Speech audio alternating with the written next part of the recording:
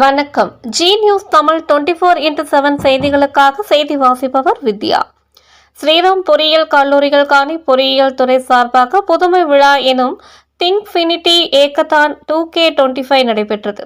ஸ்ரீராம் பொறியியல் கல்லூரியின் காணி பொறியியல் துறை சார்பாக ஏற்பாடு செய்யப்பட்ட திங்க்ஃபினிட்டி ஏக்கத்தான் 2K25 கல்லூரி வளாக கலையரங்கில் நடைபெற்றது.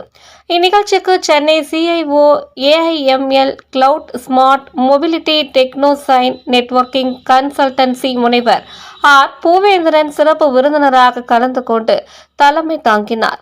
ஸ்ரீராம் பொறியியல் கல்லூரியின் முதல்வர் முனைவர் PR ரமேஷ் பாபு, கனி பொறியியல் துறை தலைவர் முனைவர் P மகேஷ், கனி பொறியியல் துறை பேராசிரியர் முனைவர் NR சங்கர் ஆகியோர் முன்னிலை வகித்தனர். முன்னதாக அனைவரையும் கனி பொறியியல் துறை பேராசிரியர் ஒருங்கிணைப்பாளர் முனைவர் M குமார் வரவேற்றார். கணிப்பொறி அறிவியல் துறை திட்டத் தலைவர் லாவண்யா தலைமை விருந்தினரை அறிமுகப்படுத்தி பேசினார். இளம் புதுமை ஆர்வலர்களை ஒன்றிணைத்து அவர்களின் தொழில்நுட்ப திறன்கள், படைப்பாற்றல் மற்றும் உடனடி குறை தீர்க்கும் திறன்களை வெளிப்படுத்தும் விதமாக இந்நிகழ்ச்சி அமைந்திருந்தது. அணிக்கு 4 உறுப்பினர்கள் என புதுமை, சாத்தியக்கூறு, தொழில்நுட்ப செயல்படுத்துதல் மற்றும் விளக்க காட்சி திறன்கள் ஆகியவற்றை மையமாக கொண்டு இந்நிகழ்ச்சி தொடங்கப்பட்டது.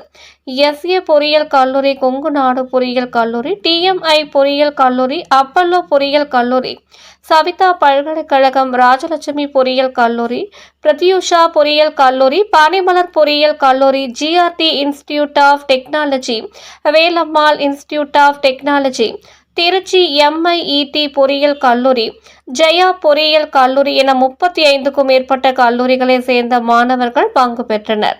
இந்நிகழ்ச்சியில் சென்னை சவிதா பல்கலைக்கழகம் முதல் பரிசாக ரூபாய் 5000, வேலம்மாள் இன்ஸ்டிடியூட் ஆஃப் டெக்னாலஜி இரண்டாம் பரிசாக ரூபாய் 3000, ராஜலட்சுமி பொறியியல் கல்லூரி மூன்றாம் பரிசாக ரூபாய் 1500, ஸ்ரீராம் பொறியியல் கல்லூரி மற்றும் பிரதியுஷா பொறியியல் கல்லூரி ஆகியவை 4ஆம் பரிசாக ரூபாய் 750 பெற்றனர். நிகழ்ச்சி ஏற்பாடுகளை மாணவ ஒருங்கிணைப்பாளர்கள் சிறப்பாக செய்திருந்தனர். நிகழ்ச்சியின் நிறைவாக கணிப்பொறியியல் துறையின் உதவி பேராசிரியர் பிரவீனா நன்றி கூறினார்.